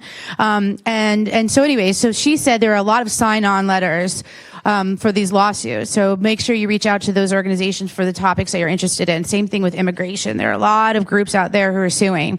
The other important thing is I think next cycle, the most important person that we can elect at the state level is the Attorney General, because that's going to be the number one person who could protect our state from many of what you see. If you don't like what you're seeing at the federal level, Attorney General can sue on behalf of Virginia. Many Attorney Generals around the country are doing that. Not ours right now. So that's going to be critical and key as well, is the Attorney General. So focus on the courts, focus on what you're doing now. You're doing a great job. Continue to be an advocate for what you care about.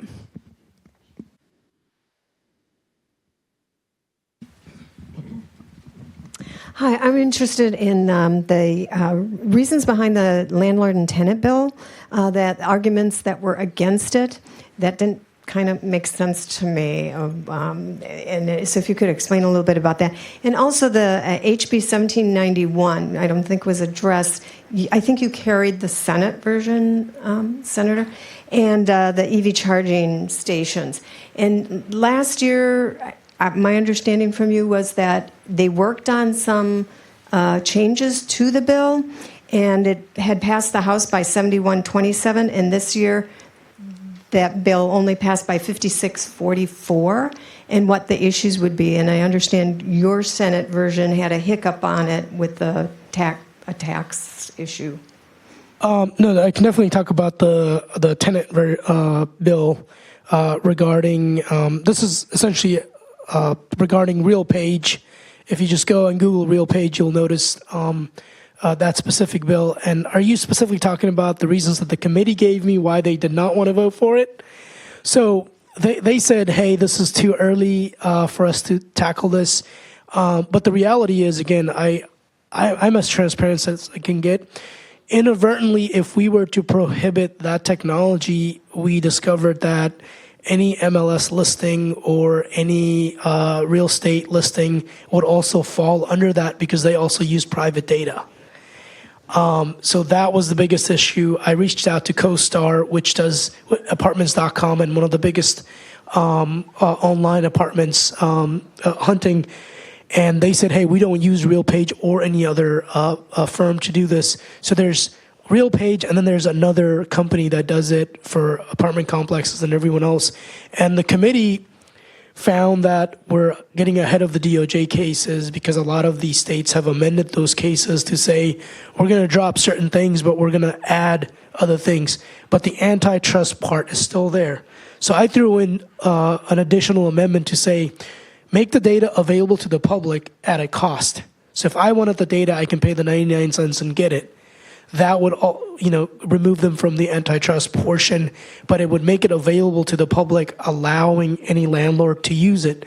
The biggest issue is that the Commonwealth of Virginia will put in millions and millions of dollars for affordable units, yet rent just continues to rise. And that's what I was trying to address in that bill. So I thought that bill was going to go through. I know Delegate Carlson, she's a lawyer, and she fought tooth and nail on that bill, and we were both disappointed on how it ended. And then regarding I think you said 1171, I'm going blank on the House version.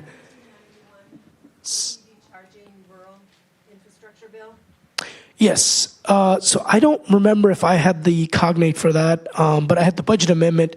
But one of the biggest issues with putting infrastructure in rural areas is that a lot of times they will say, hey, we don't have infrastructure for anything else, but you want to put EV infrastructure. Give us everything else, or at least proportionate to what the localities would want. I know Senator Stewart talked about a lot with the fact that, hey, I don't really care if we bring in thousands of infrastructure for EV charging station, but the people are not going to go out and buy electric vehicles as a result of that. Yeah, it's the people that are going there. So I went to Redville, Virginia, and I was like, all right, I'm going to take my electric vehicle and drive there. I get there, and I had negative 1% left getting there.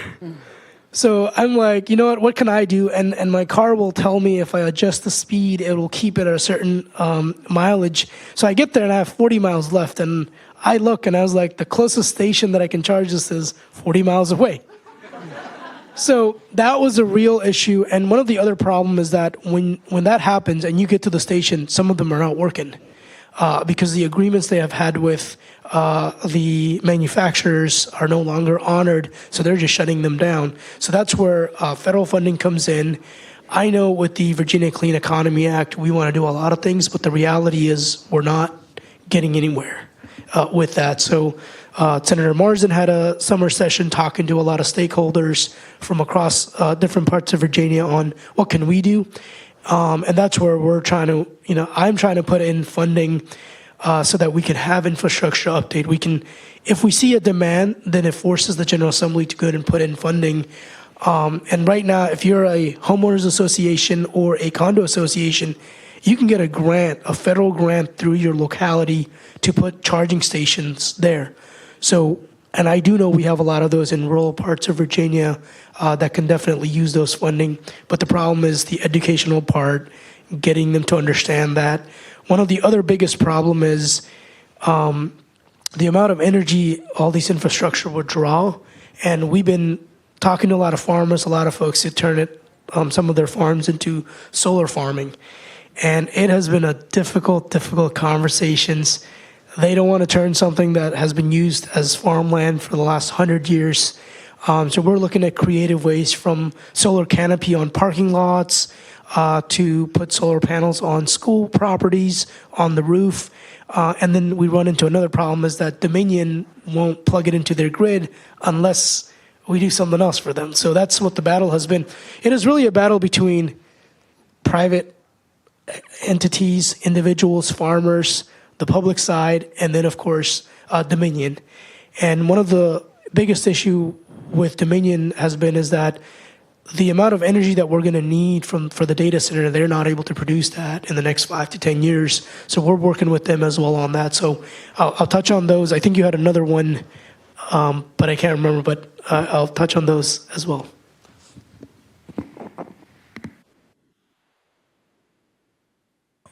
Hi, I am a researcher and professor at George Mason University.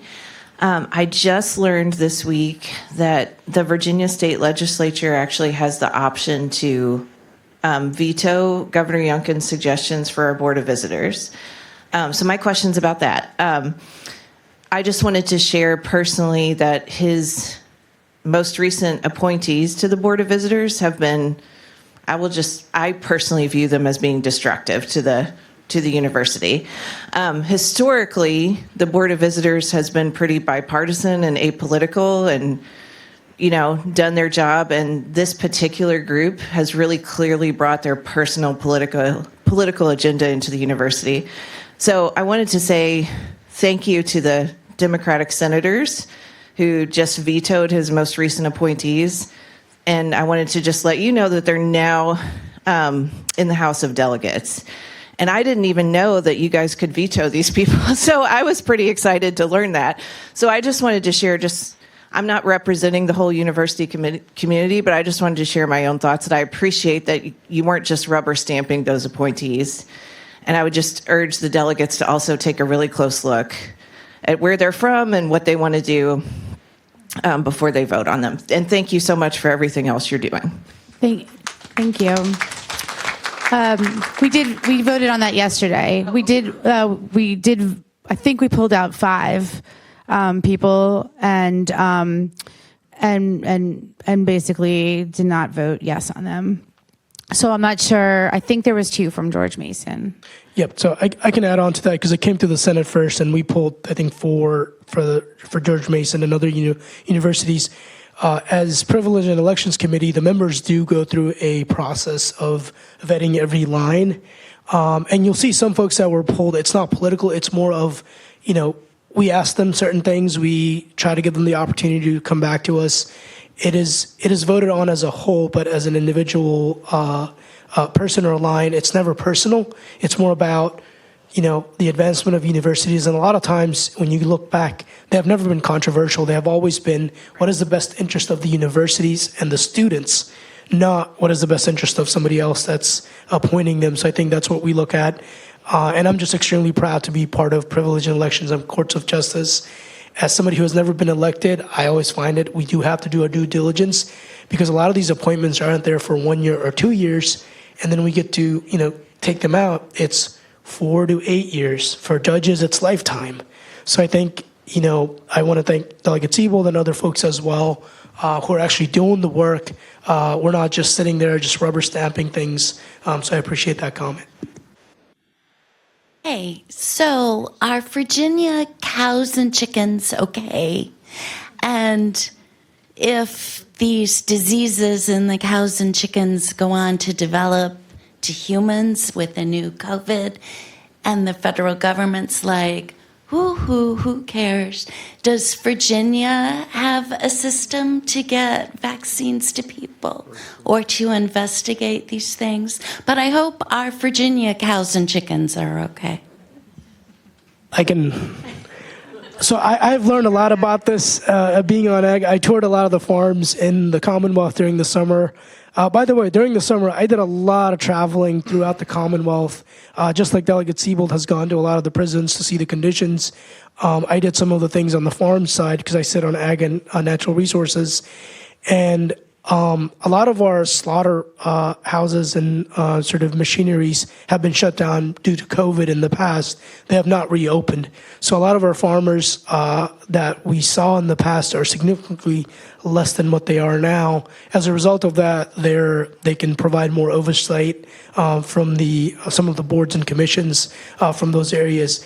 I have not heard of any outbreak, but I do know we have some of the folks at the Secretaries of Agriculture. So I personally have been fortunate to work closely with them. They're not as politically affiliated as and they shouldn't be, but we've been working with them from making sure, regulations are done in the right way to make sure that I think the recent bill that we saw was a bovine for cows and larger animals. So we've been fortunate enough to work with that department where they actually do care about that industry. So I think we're in good hands. And if there does something that comes through, usually the members of ag hear it first. Okay, you've had your hand up for a while. Sorry. There we go. Thank you very much. So, as you know, I am the father of a young man with autism and intellectual disabilities who depends for access to services on Medicaid. So the big issue that I care about is Medicaid, both Medicaid reimbursements and access to Medicaid waivers, both of which are mandates that are grossly underfunded. I know you're both supportive in this area, but it's not something that appeared in your slides. I am told that there is nothing in the legislation or amendments that are out there right now in these areas. So could you please speak to this and how you can support and where you would hope this would go? Thanks. I know our appropriations committee is a bit nervous about what's happening at the federal level right now. And so from what I understand, they're being very careful about adding anything to Medicaid at this time because of the uncertainty. But maybe you know some more at the Senate level. The other thing is the budget still has to go to conference. So there's still a lot of difference between the House and the Senate budget. And there's still opportunity to add certain things. And I know in our caucuses, we have had the same conversation, is that we're also trying to see what the federal side does. If they were to take funding away, then we essentially have to change our budget in a dramatic way that would still continue to fund some of the programs and the benefits that they receive. And that's where I keep going back to, our Commonwealth under, I think, Northam is the one that put in the rainy day funds, and we can only use it on emergency situations. And the reason I bring that up is because I did federal budgets for years, and there was no emergency reserve. It was always spent what you're given. If not, they're going to take it away. In our case, we have to be very careful. And I think you all saw last year we had multiple reconvening and special sessions around the budget. And I think we're going to end up at that point again if something dramatic happens at the federal level. Here you go. Senator, so you're on the Agricultural Committee, and one of the things that I've been following was the catastrophe that happened with the Boar's Head plant. And the Virginia Department of Agriculture is responsible for inspecting those plants. One, I want to know what type of action's been taken to address, I mean, a dozen people died. I look at this as not something just talking about the chickens. The economic impact of Jarrett is devastating. I mean, as far as right down from the processing plant to the truckers to the diner. What action have you proposed or discussed with that Department of Agriculture? So I know the committee discussed not only an investigation, but the reports from it and recommendations from the department to see what we can do. I have to check, and again, I'm not going to tell you something that didn't happen. We haven't gotten that report, at least on my end yet, but I'll check with them to see what their recommendations were. And I know the economic impact of those plants is crucial, given that the number of plants we lost during COVID, and that was one of the concerns by Senator Marsden and a few other folks, is that what do we do to prevent this in the future? And he has asked that from that committee. So we can definitely follow up on that. I don't want to tell you something and then you find out it's something different. In terms of the hurricane and what took place, there is a $50 million budget line to provide relief for a lot of those folks in that area. But here's the other part of this is, had we been in Reggie, what the governor took us out of, a lot of this would have been covered by our membership, and we didn't have to fork out the $50 million that could have gone to sort of some of the other agricultural things in the Commonwealth. This is I'm going to blank on what Reggie stands for, but the Regional Greenhouse Gas Initiative program that sort of collectively funds things together in case of natural disaster. It sort of helps us out when things like that happen. We don't have to fork out the funds on our own. We can do it collectively, and I think a lot of the tri-state areas on the East Coast benefit from this a lot more. And when the governor took us out of this, I know we had bills to put us back in, but it's intended to ensure when it comes to natural disasters, we don't pay the upfront costs. We sort of space that out over the years. Could I follow up as well? I spoke with labor about Jarrett to find out what was happening there, and they were able to, for the most part, most of them have been placed in different factories. The issue is they're now commuting, so it's like versus like I live in Jarrett and the factory is up the street. Now they have to commute about an hour or so to go to work. So it was very devastating. The good news is many of them were union employees and they have been able to find different places for them to work. But yeah, I agree with you. That needs to be addressed. I particularly had a labor bill last year because a lot of these facilities were, and it's not necessarily not taking Boar's Head. Boar's Head is to blame, but they have third-party contractors they use. And I had a bill about child labor because I found out a lot of these places were using children in these facilities to clean their machines, and that was part of the outbreak was because they're not using the right employees, and so that bill banned them using child labor to clean up the machines at night. And this particular facility was unionized, so they did have some more regulation. But yeah, it's a shame, and hopefully we could do more. The Ag Committee, I'm sure, is working on it. Next. I don't usually use one of these. I don't need it, but I'm a supporter of Article 5 and the Convention of the States. I don't know if too many people know about that, but the whole point of that is to restore power from the federal government back to the states. This past year, there was a faithful delegate bill in the Senate. The idea behind it was that once the Assembly says states convene and focus on certain types of amendments, that the delegate bill would restrict that individual from what they could do. So it died in committee, in the Rules Committee, and I guess my question is what can be done between now and next year, because we'll have to wait again another year to have the bill come up. Yeah, I would reach out to the members of the Rules Committee. That's okay. Yeah, continue to reach out to them. That's most of the members of the Rules Committee are leadership. and they're the ones who will make the decision. So yeah, continue reaching out to them, telling your story, and talking to them. And I think to that point, there is a lot of educational component to what it means to have a constitutional amendment. I think a lot of people think we're just trying to rip apart the Constitution and start fresh, hit the button. And to your point, I think it's more about setting up those parameters and actually having that conversations. And I know in the last couple of weeks, it feels like months, but the last 15 days, a lot of folks have had the conversation around constitutional crisis and what that entails. And I think there just needs to be a lot of education and explaining to them what that really means. And I think it's going to take a lot of one-on-ones on y'all's part as well as ours. I know I want to be respectful of your time. It's 11:30, but she has had her hand up for a while. Can we take one more question?